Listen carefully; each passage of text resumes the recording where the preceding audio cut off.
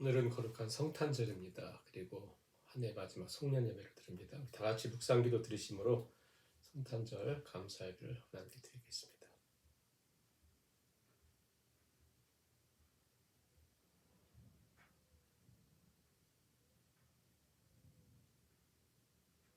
보라, 처녀가 잉태하여 아들을 낳을 것이요 그의 이름은 임마누엘이라 하리라 하셨으니 이를 번역한즉 하나님이 우리와 함께 계시다 함이라. 아멘. 찬송가 115장 찬양하고 계시겠습니다.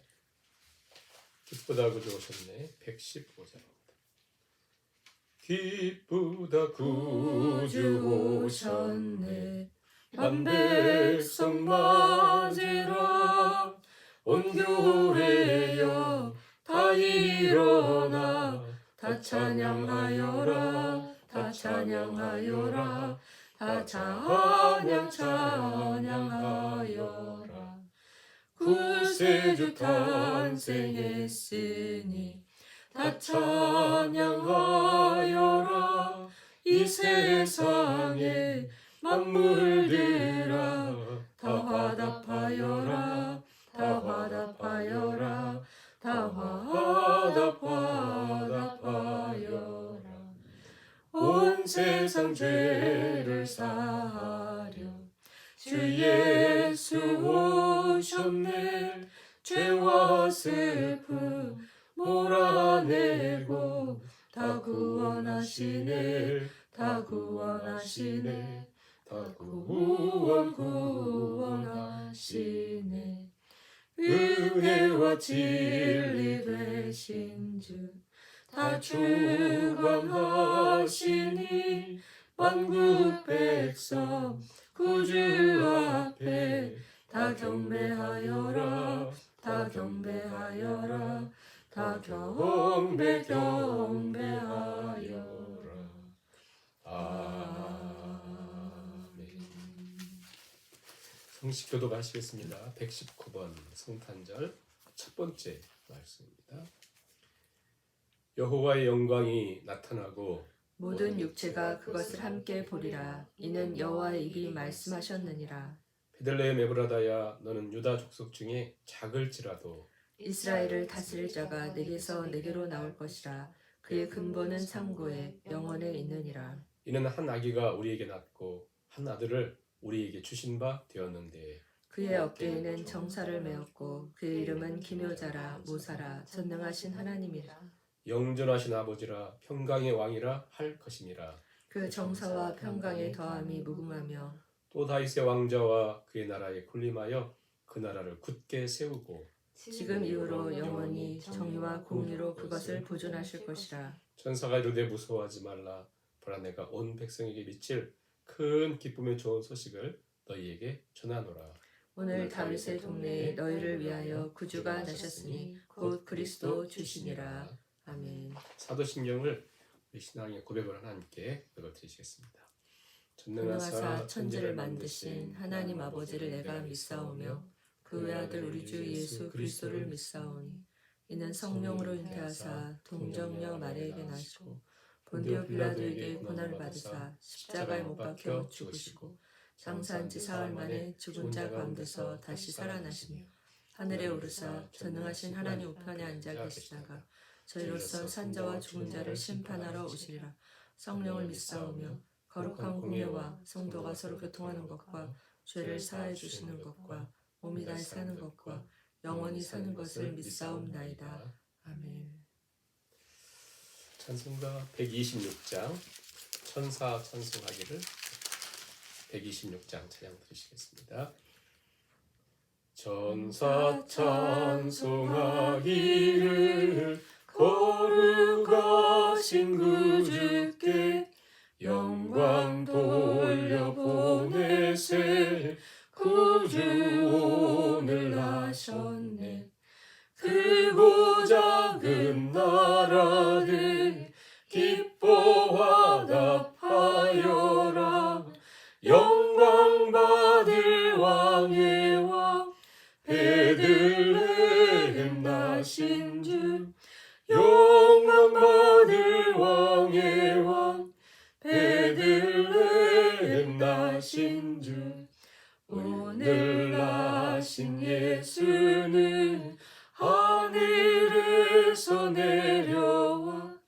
전혀 몸에 나셔서 사람 몸을 입었네. 세상 모든 사람들 영원하신 주님께 영광 돌려보내며 높이 찬양하여라. 영광 돌려보내며 높이 찬양하여라. 의로우신 예수는 평화의 왕이시고 세상 빛이 되시며 우리 생명 되시네. 죄인들을 불러서 거듭나게 하시고 영생하게 하시니 왕께 찬양하여라. 영생하게 하시니 왕께 찬양하여라. 아멘.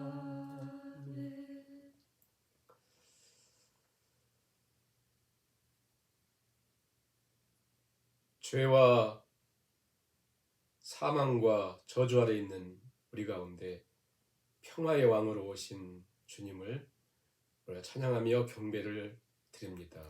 하나님께서 영원전부터 계획하시고 준비하시고 우리를 위하여 가장 복된 선물로 예비하신 예수님을 이 땅에 보내주신 귀하고 복된 성탄절, 주의 자녀들이 그 하나님의 크신 사랑과 은혜를 깊이 감동하고 감격하고 온전한 찬양으로 경배로 예비하는 복된 시간 될 수 있기를 원합니다. 우리 삶 속에 여전히 많은 일들이 있지만 그러나 이 모든 것 배후에 하나님께서 놀랍게 우리의 삶 속에 관여하시고 역사하심을 믿는 시선과 영적 감수성과 또 영적인 귀를 열어주셔서 하나님의 음성을 듣게 하시고 주의 마음을 다시 한번 깊이 경험하는 성탄절 되기를 원합니다. 교회와 성도님들을 지켜주시고 어디에 있든지 온전히 하나님을 경배하는 시간들 되게 하시고 하나님 들려오는 소식들은 평화보다도 샬롬보다도 전쟁의 소식과 또 미움과 갈등의 소식들이 많지만 그러나 다시 성탄의 계절 주님을 바라보므로 우리 하나님께 주시는 위로와 은총과 평화를 누리는 귀한 시간 되게 하여 주옵소서. 오늘도 우리 가운데 하나님께서 말씀해 주시기를 간절히 바라오며 예수님의 이름으로 기도하옵나이다. 아멘. 하나님 말씀 누가복음 2장 8절에서 14절까지 말씀을 같이 봉독하시겠습니다. 그 지역에 목자들이 밤에 밖에서 자기 양떼를 지키더니 주의 사자가 곁에 서고 주의 영광이 그들을 두루 비추매 크게 무서워하는지라. 천사가 이르되 무서워하지 말라. 보라 내가 온 백성에게 미칠 큰 기쁨의 좋은 소식을 너희에게 전하노라.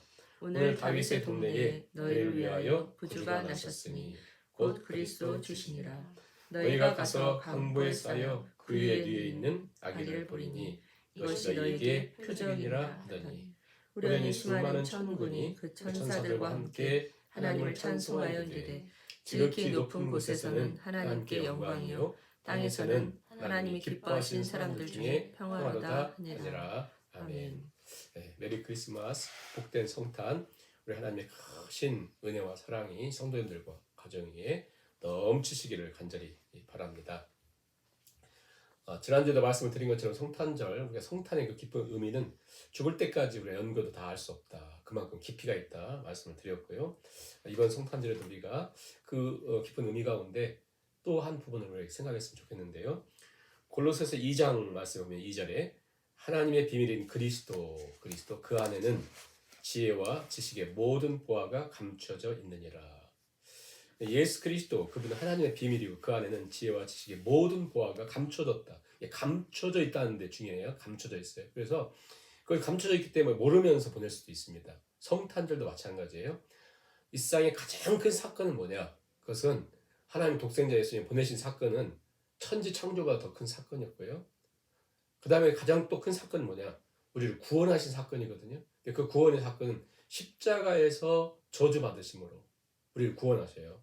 하나님의 방법은 우리 생각과 우리의 기대와 우리가 어떤 상상하는 것과 다르다. 믿음이라고 하는 것도 마찬가지고요. 그러므로 성탄절을 잘 이해를 해야 되는데, 누가복음을 기록한 누가는 예수님의 탄생을 가장 많이 기록을 해요. 그 중에 예수님의 그 탄생의 비밀을 이방인이었던 누가가 이해하고 성령의 감동을 깨달았던 그 성탄을 기록하면서 그 하이라이트 할까요? 가장 중요한 내용을 오늘 우리가 보는 2장 8절에서 14절이라 이렇게 볼 수가 있습니다. 10절 말씀을 보면 천사가 이르되 무서워하지 말라 보라 내가 온 백성에게 미칠 큰 기쁨의 좋은 소식을 너에게 전한다. 그 큰 기쁨의 좋은 소식은 어떤 거냐면 11절에 있는 것처럼 오늘 다윗의 동네에 너희를 위하여 구주가 나섰다. 구주 곧 그리스도 주시니라. 세이비어 구주, 그리고 그리스도 메시아, 그리고 우리의 로드 우리의 주인 되시는 예수님이 오셨다라고 하는 말씀이에요. 자, 그럼 여기서 우리가 예수 그리스도 안에 모든 비밀이 감춰져 있는데 성탄에도 모든 비밀이 감춰져 있어요. 감춰져 있다 그랬어요. 그러면 묻고 싶은 것은 나는 감춰져 있는 그 비밀 가운데, 그 보물 가운데 얼마나 그 보물을 가지고 있는가, 알고 있는가라고 하는 거잖아요. 또 다른 분으로 질문을 하고 우리 말씀 보겠습니다. 만일 내가 예수님이 탄생할 때 그 당시 내가 그 땅에 있었다면 나는 예수님을 메시아로 알고 그분을 찾아가 경배하고 난 예배했을까? 나는 과연 그분을 경배하고 예배했을까? 답을 어렵게 찾을 필요 없어요. 오늘 내가 예수님을 정말 경배하고 예배하고 있는가를 보면 알 수가 있습니다. 그냥 남들 다 성탄절이라고 하니까, 또 어릴 때부터 교회 다녔으니까 그럴 가능성이 많거든요. 그걸 신중하게 한번 생각을 해봐야 하는 거예요. 왜냐하면 하나님의 일하심은 그때 예수님을 보내시는 그 방식대로 지금도 일을 하시기 때문에 우리가 그 하나님의 그 일하시는 방식을 깨닫지 못하면 내 마음대로 생각하고 내 생각대로 상상하고 이해하면서 신앙생활을 하거든요. 그럼 전혀 하나님 방법과 다르기 때문에 우리가 그 성령의 도우심으로 하나님이 일하시는 그 일을, 특히 성탄을 맛보고 경험하는 시간 될 수 있도록 우리가 그 질문을 생각하며 말씀 봅니다. 12절 보세요. 자, 10절, 11절에서는 기쁨의 소식, 구주가 오셨다고 했잖아요. 근데 12절에 보면 너희가 가서 강보에 쌓여 구유에 누워있는 아기를 보리니 이것이 너희에게 표적이니라 그랬어요. 표적이니라. 이것이 너희에게 표적이니라. 성탄, 즉 성육신, 하나님이 가장 중요한 사건, 우리의 메시아, 왕의 왕, 만왕의 왕이신 예수님이 이 땅에 보내실 때 하나님이 성탄의 사인으로, 세메이온, 사인의 시그니처, 그러니까 하나님의 놀라운 일의 크신 일의 시그니처로, 사인으로 무엇을 말씀하냐면 강보에 쌓여가지고 구유에 누워있는 아기를 봐라. 그게 사인이다. 그게 표적이다. 그랬습니다. 그러니까 하나님이 일하시는 굉장히 중요한 사인은 뭐냐면 강보에 쌓여있어요. 강보랑 그냥 포대기잖아요. 아무 쓸모없는 것처럼 생긴 거기 쌓여있어요. 비밀인 예수 그리스도가 감춰져 있다고 하잖아요. 쌓여있는, 그것도 구유에 누워있는 아기가 바로 하나님의 크신 일의 사인이다. 우리를 구원하시는 사인이다. 성탄의 사인이다. 이렇게 말씀하셨습니다. 외양간 구유에 누워있는 아기, 그것도 강보에 쌓여있는, 외양간 가장 초라한 것 아닙니까? 가장 비참한 것이죠. 가장 냄새나는 것이고, 우리 가운데 아무리 가난해도 외양간에서 태어난 사람은 없습니다. 그렇잖아요? 왜냐하면 그것은 사람이 태어날 것이 아니에요. 만왕의 왕이, 만주의 주가, 우리를 구원하실 분이 짐승의 처소에서 태어난다? 예를 들어서 우리가 아이를 갖게 되는데 그 아이를 어디 왕궁은 아니어도, 화려한 곳은 아니어도, 그래도 어떤 안락한 곳은 아닌 것이 어떻게 짐승, 그것도 그 아이를 말 구유에 누일 수가 있습니까? 우리를 구원하실 분이 구세주가 이렇게 오신다는 게 너무나 실망스럽지 않아요? 우리가 생각하는 것 똑같이 당시 사람들은 메시아가 오면 어떻게 온다고 다 생각을 하고 있으냐면 다윗의 권위를 가지고 다윗이 가졌던 그 능력을 뛰어넘는 그런 엄청난 권세를 가지고 그들이 지금 너무 어려움 속에 있잖아요. 로마 제국의 그 말발굽 아래에 살고 있었지 않습니까? 모든 그들의 재산을 그들이 함부로 그렇게 탐하고 로마 제국이 다스리고 있을 때는 이미 이 이스라엘은요 5번째 제국이 그들을 계속해서 그들을 이렇게 괴롭히고 있었거든요. 보세요. 바벨론 망했잖아요. 구약성에 보면 바벨론. 그 다음에 메데 파사. 그 다음에 헬라. 알렉산더 대왕을 헬라. 그 다음에 알렉산더가 일찍 죽으면서 나라가 이렇게 분열돼요. 그러면서 아주 그 악한 시리아, 수리아 그 왕이 통치하고 그러다가 지금 로마가 다스리고 있거든요. 5번째 제국이 그들을 통치하고 있는 얼마나 힘들었겠어요. 자유가 없어요. 그래서 메시아가 오면 힘을 가지고 우리의 이 어려움 속에 우리를 건져서 우리를 새롭게 할 뿐이라고 기다리고 있었거든요. 다. 우리가 신앙이라고 생각하는 것 똑같이 그들도 그렇게 생각하고 있었습니다. 그런데 메시아는 초라해 보이고 가치 없어 보이고 도무지 이해할 수 없는 방법으로 하나님이 메시아를 보내신 것이죠. 하나님의 일은 항상 그렇게 하셨다. 그러니까 우리가 하나님의 일을 하시는 것을 세상적인 시각과 내 어릴 날 때부터 가졌던 어떤 그런 경험으로 판단을 해버리면 항상 우리는 오해하면서 잘못된 길을 갈 수 있다는 거예요. 그래도 메시아가 오면 이 정도는 해야지. 이렇게 해야 우리를 구원하는 것이지. 라고 생각을 하잖아요. 그 생각 속에서 살다 보니까 메시아가 오셨는데 그걸 경배할 수가 없어요. 그걸 메시아라고 볼 수가 없어요. 나를 구원하려면 뭔가 화려하게 하는데 십자가에 죽는다? 다 도망가잖아요.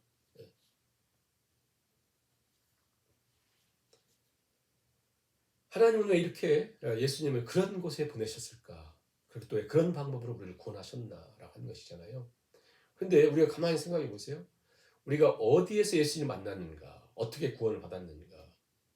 내가 깨끗하고 거룩하고 정결하여서 예수님을 만났다거나 내가 남보다 뛰어나서 하나님이 나를 불렀다고 생각하는 사람이 있다면 죄송하지만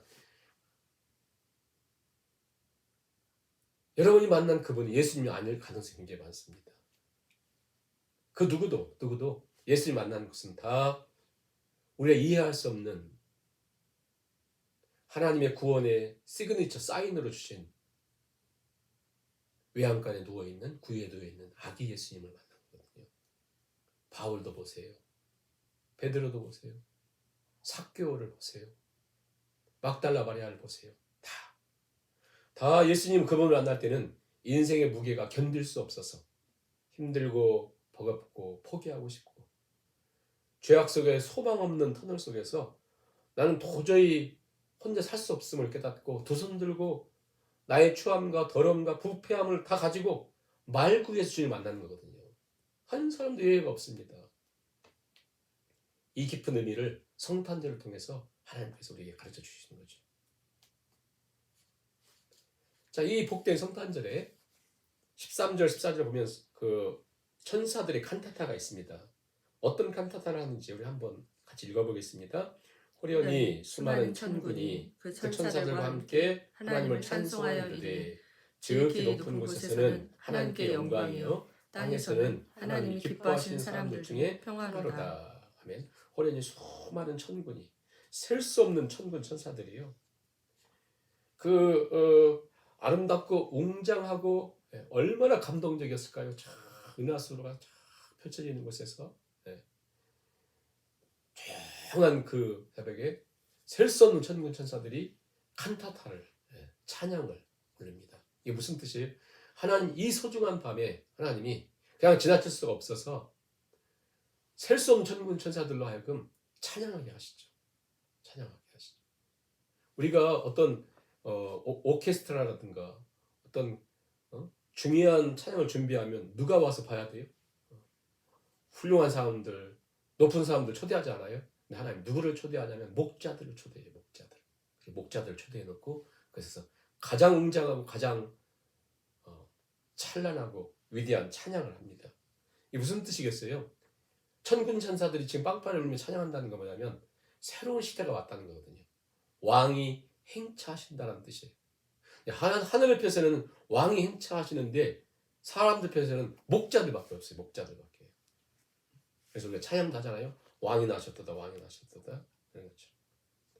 그러면서 그 천군 천사들의 칸타타 내용이 뭐냐면요. 짧아요. 우리가 잘 알고 있는 14절이죠. 지극히 높은 곳에서는 하나님께 영광이요. 땅에서는 하나님이 기뻐하시는 사람들 중에 평화로다. 하늘에는 영광, 땅에는 평화. 잘 알고 있는 하늘에는 영광, 땅에는 평화. 천상의 칸타타. 주보들 보고 또 어떤 카드를 보면 다 내용이 뭐예요? 하늘에는 영광, 땅에는 평화. 하늘에는 왜 영광이에요? 하나님의 뜻이 이루어지는 것입니다. 하나님의 뜻이. 하루아침에 예수님이 그냥 탁 태어난 것이 아니라 영원 전부터 하나님이 계획하시고 준비하시고 설계하신 그 뜻이 끝내 이루신 가장 중요한 장엄한 사건이기 때문에 지금 하나님께는 영광이라. 또 이게 하나님께 영광이에요? 죄인된 우리가 구원받는 시간이기 때문에 영광이에요. 독생자 성육신 하신 예수님을 통하지 않고는 구원이 없기 때문에 영광이에요. 영광. 그리고 평화죠. 하늘엔 영광, 땅에는 평화. 이게 말이 안 맞아요. 왜냐면 하늘엔 영광이 있지만 땅에는 평화가 없어요. 평화가 없었습니다. 지금도 없고 그때도 없고 없잖아요. 전쟁의 소식과 다툼과 이별과 아픔이잖아요. 근데 여기서 말하는 이 평화는 결국 뭐냐면 이 평화는 로마서 5장에서 말씀했던 것처럼 우리가 아직 하나님과 원수 되었을 때 하나님과 원수인 관계를 깨뜨리시는, 그러니까 우리가 누군가 내 원수가 있는데 같이 산다는 건 너무너무 힘든 거거든요. 근데 그 원수가 파워를 갖고 있다. 사울 왕처럼 왕권을 갖고 있다. 3,000명의 군사를 가지고 데리고 나를 잡으려고 쫓아다닌다. 다윗이 쫓겨다니는 것처럼. 진짜 힘든 거예요. 여러분 잠 잘 수 있겠어요? 근데 하물며 하나님과 원수 됐다? 살 방법이 없죠. 우리는 그 사실을 모르기 때문에 그냥 살고 있지만 우리 영은 저 깊은 곳에 항상 아픔이 있는 거. 예수님을 통한 평화가 없어도 살 수 있는데, 근데 그것을 로마서 2장에 이렇게 말씀해요. 한마디로 그것은 다만 네 고집과 회개치 아니한 마음을 따라 진노의 날, 곧 하나님의 의로우신 심판이 나타나는 그날에 이 말 진노를 네가 쌓고 있다. 그러니까 우리가 예수님을 통한 하나님과의 그 샬롬, 에이레네, 그 평화를 누리지 못하면, 왜냐하면 하나님이 독생자를 보내실 때는 독생자가 아니고는 이 평화를 누릴 수 없기 때문에 그래서 계속 구약에서 예언을 했잖아요. 평화의 왕이 오신다. 그분이 평화의 왕이시다. 그래서 그 왕이 드디어 오셔서 그분을 통해서만 평화가 누릴 수 있는데, 나는 그분을 통하지 않고도 나는 다 평화를 누리고 있는데 그것은 자기도 모르는 가운데 지금 하나님의 진노를 쌓고 있는 것이다. 이렇게 성경 분명히 말씀하고 있거든요. 근데 말씀을 가만히 보세요. 14절 보세요. 지극히 높은 곳에서는 하나님께 영광이에요. 땅에서는 평화라고 말하지 않고 하나님이 기뻐하신 사람들 중에 평화로다. 하나님이 기뻐하신 사람, 즉 하나님의 기뻐하심을 입은 자. 누가 하나님의 기뻐하심을 입은 자예요? 지금 여기서는 샘플로 목자들을 얘기하고 있잖아요. 목자예요. 목자. 과연 목자가 누구길래 하나님의 기뻐하심을 입었다고 하는가? 목자가 누구예요? 그 당시 목자는 무슨 멋있는 이런 존재들이 아니라 그 당시 목자들은 한마디로 도둑놈이라 이렇게 취급을 받았고, 세상이 믿지 못할 마지막 존재는 목자다, 그렇게 여기고 살았습니다. 뿐만 아니라 그런 신분과 직업상 부정직하다고 하는 것을 모든 사람들이 알았기 때문에 법정에서 이들이 아무리 중요한 걸 봤어도 증인으로 채택을 하면 안 돼요. 채택할 수가 없었습니다. 뿐만 아니라 전 세계가 좀 들썩이는 게 뭐냐면 로마 황제가 호적령을 내려서 고향에 가서 호적을 하라고 했거든요. 그들은 너무나 천민이기 때문에 고향 갈 필요도 없는, 어떤 것이 저촉되지 않는 가장 천한 사람들. 중요한 건 뭐냐면 그들은 종교적으로 성전에 가서 제사를 드릴 수 없고 회당에 들어가지도 못하는, 그냥 모든 것이 차단된 가장 천덕불의 그 당시 가장 천한 그런 존재들, 그들이 바로 목자였습니다.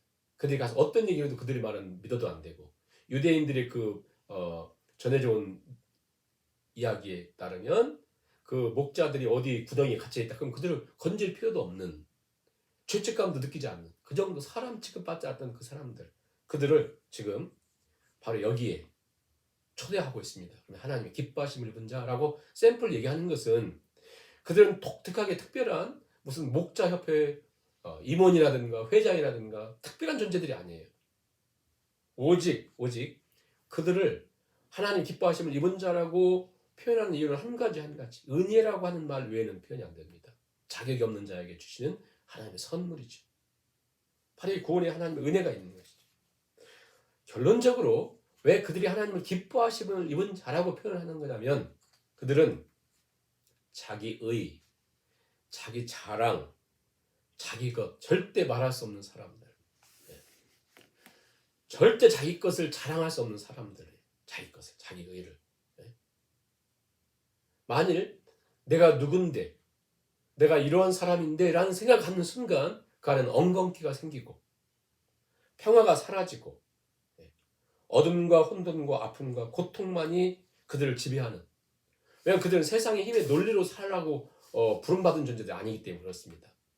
바로 하나님이 일하심이 이런 거라는, 하나님의 일하심이. 우리 한번 저 고린도전서 1장 보실까요? 고린도전서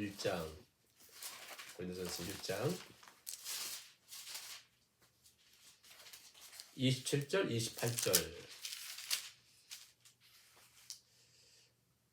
읽습니다. 그러나 하나님께서 세상에 미련한 것들을 택하사 지혜 있는 자들을 부끄럽게 하려 하시고 세상에 약한 것들을 택하사 강한 것들을 부끄럽게 하려 하시며, 하나님께서 세상에 천한 것들과 멸시받는 것들과 없는 것들을 택하사 있는 것들을 폐하려 하시나니. 그렇죠. 왜 그래요? 목적이 29절. 이는, 그 이유는 아무 육체도 하나님 앞에서 자랑치 못하게 하려 하심이라. 아무 육체도 하나님 앞에서 자랑치 못하게 하려 하심이라.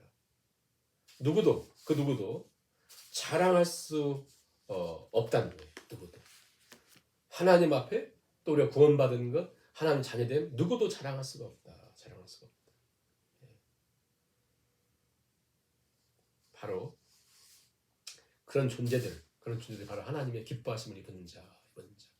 누구도 자랑하지 못하는, 난 오직 예수 그리스도가 길이요 진리요 생명이심 외에는 내 인생은 길이 없는, 내 인생은 진리가 없는, 나라고 하는 생명 자체도 아무 의의가 없는 오직 그분을 통해서만이 존재한다고 하는 사실을 믿고 사는 것이죠.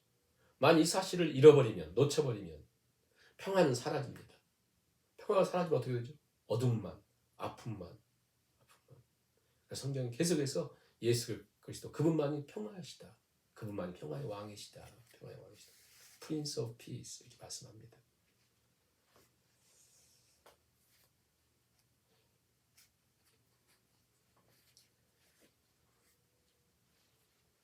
요한복음 1장에 자기 땅에 오매 자기 백성이 영접지 아니하였더니, 자기 백성이 영접지 않았습니다.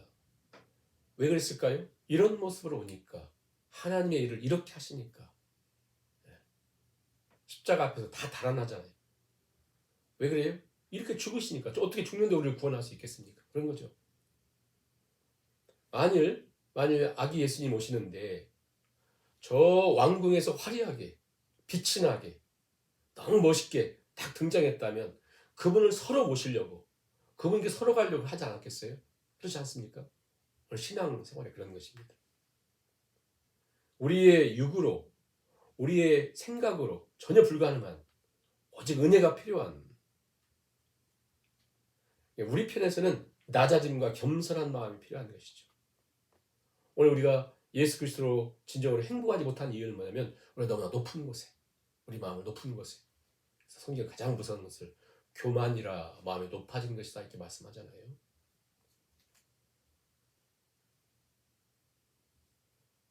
이런 생각을 해봅니다. 가장 귀한 예수 그리스도를 이 땅에 보내시면서 성육신 하시면서 성경 그 뒤에 한 30년 동안을 침묵해요. 예수님이 얼마나 위대한 일을 많이 했었겠어요. 그럼 다 침묵합니다. 그렇죠? 그리고 예수님의 공생의 30세부터의 그리고 십자가를 중심으로 기록하고 끝나잖아요. 예수님의 탄생과 십자가, 죽으심, 고난받고 죽으심 외에는 없어요. 왜냐하면 오직 우리를 살리는 길은 독생자 그분이 오셔야 되고 그분이 날려야 대신 죽어야만이 나는 사는. 우리 인생은 한마디로 그분이 아니면 저주예요. 모두가 저주예요. 살아있는 것처럼 보이지만 저주입니다. 모두가 저주예요. 그런데 독생자 그분이 이 땅에 오시기 때문에 우리가 희망이 있는 것이고 사람은 존귀한 존재요 가치가 있는 거예요. 왜냐하면 예수님이 우리 위하여 오셨기 때문에. 그래서 저주 아래 있는 우리들을 살리려고 마치 지렛대를 끼듯이 이렇게 오셔서 우리를 일으키시는 거거든요. 그분이 아니면 우리는 일어날 수 있는 사람이 한 명도 없습니다.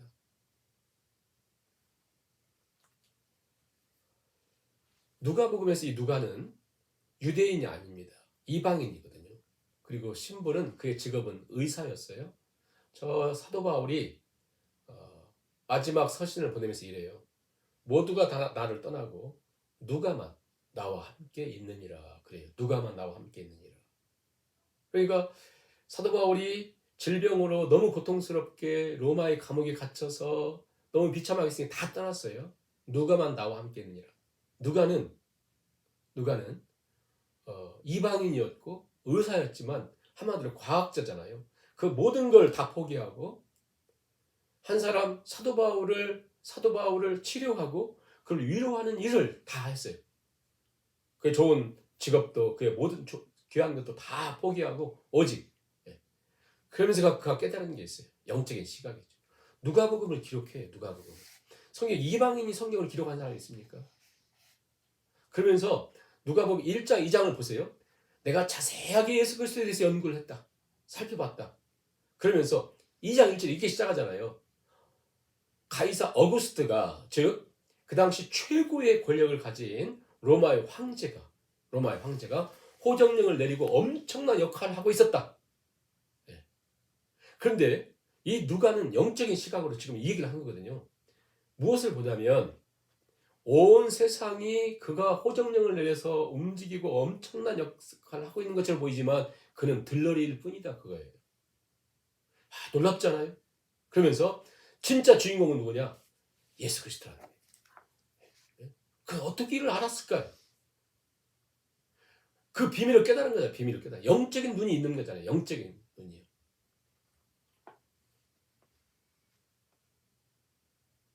아무리 위대한 가이사 어구스토가 천하의 명령을 내리고 엄청난 역할을 한다 할지라도 그는 조연일 뿐이고 진정한 주인공은 그냥 저 말 구유에 탄생하신 예수 그리스도. 그리고 그분을 통해서 천군 천사가 멈출 수 없기 때문에 찬양하면서 하늘의 영광이 땅에서 기뻐하심을 입은 자들 평화라도 가는데 그 주인공이 누구냐? 바로 그분을 경배하고 있는 목자들이라는 거예요. 목자들. 그러니까 가장 복된 게 뭐냐? 예수 그리스도인데 그분을 만나 경배하는 자가 가장 복된 것이다. 오늘 여러분은 예수 그리스도를 진정으로 경배를 하십니까? 이러한 시각을 누가가 가졌잖아요. 오늘도 우리가 이 성탄절에 우리에게 하나님 이런 영적인 감수성과 시각을 허락해 주십시오. 볼 수 있는 눈을 주십시오. 여러분 기억하십시오. 우리가 분명히 믿어야 될 것은 뭐냐면 하나님은 동일하게 지금도 그렇게 일을 하고 계십니다. 2000년 전 베들레헴 마구간 말구에 당신의 독생자를 보내신 하나님의 일을 그 아무도 이해할 수 없는 그 작은 보이지 않는 그 일을 하나님 지금도 하고 계세요. 근데 그 일을 아무도 몰랐는데 누가는 알았고 또 2장 끝에 보면 시므온과 안나를 알잖아요. 그들은 알잖아요. 놀랍잖아요. 왜 그들은 세상적인 활용이 없습니다. 알았을까? 오늘 동일하게 내 삶 속에 일하시고 역사하신 하나님을 우리가 믿으셔야 됩니다. 내 방법대로, 내 기대대로, 내 생각대로 아니라고 낙심하지 마십시오. 잘 되었다고 교만하지 마십시오. 아무 육체도 자랑치 못하게 하려 함이라. 많은 경우 우리는 이렇게 하면 되고 저렇게 하면 잘 되는 것이고 이렇게 하면 화려하고 이렇게 하면 귀하고 이렇게 생각하거든요. 근데 전혀 그렇지 않습니다. 하나님의 일은 항상 가만히 보세요. 남들이 보이지 않는 모습으로. 예를 들어서 바벨탑을 통해서 하나님이 인류 역사 이게 끝난다고 할 때 하나님이 가장 큰 구원의 역사를 어떻게 시작하죠? 아브라함을 불러요. 한 사람. 한 사람. 마구간에 있는 것처럼 보이는 그 우상 만드는 집의 아들 그를 불러 75세인 그를 불러서 큰일 한 것도 아니에요. 내가 네게 지시할 땅으로 가라는 거예요. 그냥 비참한 여행자의 길을 가요. 나그네의 길을 걷습니다. 그렇잖아요. 그래서 25년 동안 했던 아들 하나 그런 아주 작게 일하지 않습니까? 근데 그것을 통해서 구원하는 역사가 시작되잖아요. 구속의 역사가 이렇게 시작되잖아요. 예수 그리스도 오시기까지. 그래서 아브라함과 다윗의 자손 예수 그리스도의 세계라 그런 거거든요. 족보라 하는 거거든요. 요셉을 보세요. 팔려나가요. 노예로 팔려가고 감옥을 끌려가고 이게 말 구애 같은 그 일이 어떻게 하나님의 일이라고 할 수 있었겠습니까? 다윗을 보세요. 도망자의 길을 갑니다. 근데 그게 어떻게 성군으로 세워진 길이라고 누가 생각을 했겠어요? 오늘 우리 삶 속에 말구유와 같은 상황과 다윗과 같이 쫓겨다니는 것 같은 그런 상황들과 요셉처럼 비참하게 노예로 끌려가는 것 같은 상황들과 이런 일을 누가 알겠어요? 그 일을 통해서 하나님은 일하신다고 하는 사실을. 그렇지 않습니까? 하나님 오늘도 저와 여러분의 삶 속에 동일하게 그 일을 하고 계십니다. 일하고 계십니다. 그 사실을 깨닫는 은혜가 있기 원하며 이 성탄절에 우리에게 독생자를 보내신 하나님의 크신 사랑과 그 은혜가 우리 성도님들 심령 속에 가정 속에 넘쳐나는 주의 있기를 간절히 바랍니다. 네. 찬송가 122장 찬양을 들으시면서 성탄 예물을 주님께 드립니다. 122장 1절 4절 찬양합니다. 참 반가운 성도여 다 이리 와서 베들레헴 성 안에 가봅시다.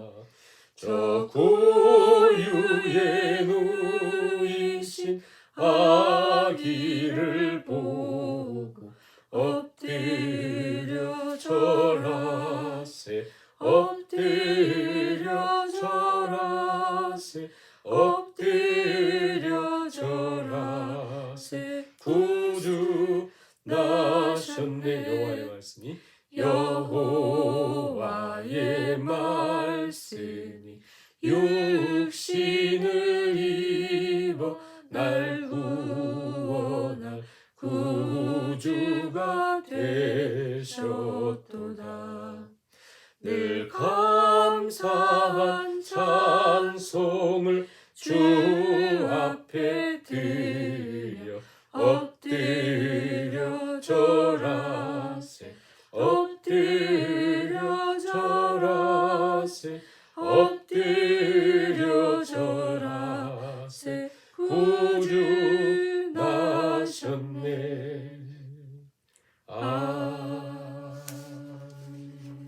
교회 소식을 드립니다. 생명의 삶 구독 신청을 오늘까지 목장지를 통해서 신청해 주시기 바라고요. 생명의 삶 1호로는 안내석에 준비되어 있습니다. 2023년도 달력이 준비되었습니다. 여러분들 받아가시기 바라고요. 또 기도 요청 카드, 성경 일독표가 준비되어 있습니다. 2023년도 새롭게 시작할 수 있도록 주시기 바라고요. 1월 1일이 신년 예배예요. 그래서 12월 30일 송구영신 예배는 가족과 함께 가정에서 드리도록 하겠고요. 신년 예배 때 성찬식이 있습니다. 마지막 찬양으로 109장 고요한 밤 거룩한 밤 같이 찬양을 드리시고 기도하고 축도로 예배를 마치겠습니다. 고요한 밤 거룩한 밤 어둠에 묻힌 밤 주의 부모 앉아서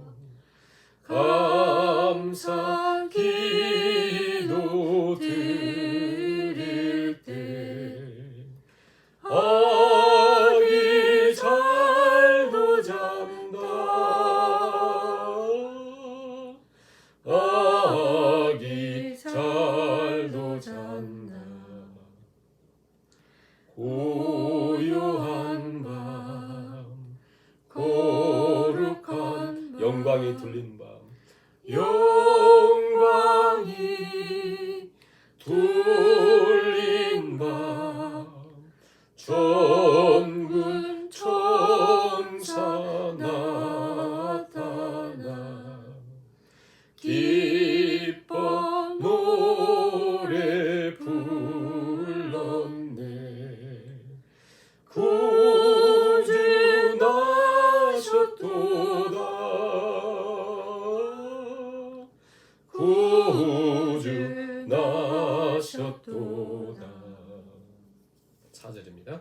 고요한 밤 거룩한 밤 주 예수 나신 밤 주 예수 나신 밤 그의 얼굴 광채가 세상 빛이 되어 왕이 나셨도다 왕이 나셨도다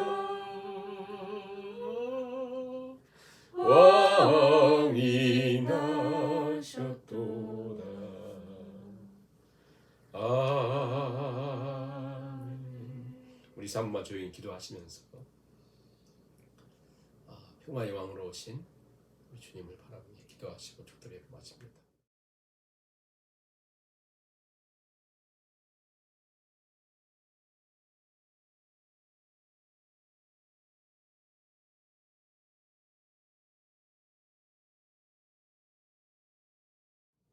세상을 창조한 사건보다 더 큰 예수님을 이 땅에 핏덩이로 보내신 성육의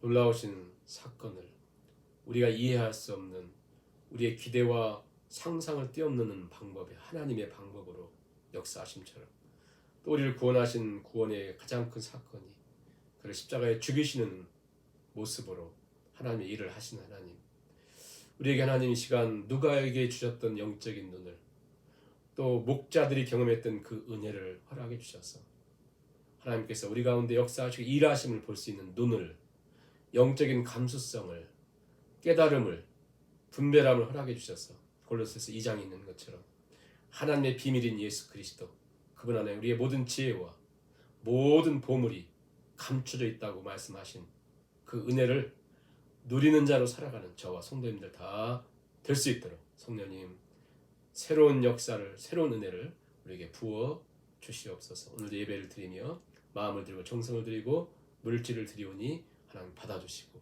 모든 손길들 주 앞에 복된 손길들이 다 될 수 있도록 주께서 보호하여 주시옵소서. 이제는 우리 주 예수 그리스도의 은혜와 아버지 하나님의 무한하신 사랑과 성령님의 위로교통 충만케 하심이 오늘도 하나님은 보이지 않게 오늘도 하나님은 우리의 방법과 생각을 뛰어넘게 요셉에 팔려갔던 그 길이 가정을 살리고 민족을 세우는 길이 되었고 다윗의 도망하던 그 길이 왕으로 선왕으로 굳게 세워지는 길이 되었고 아브라함이 본토 친척 아비 집을 떠나 걸어갔던 그 막막한 나그네의 길이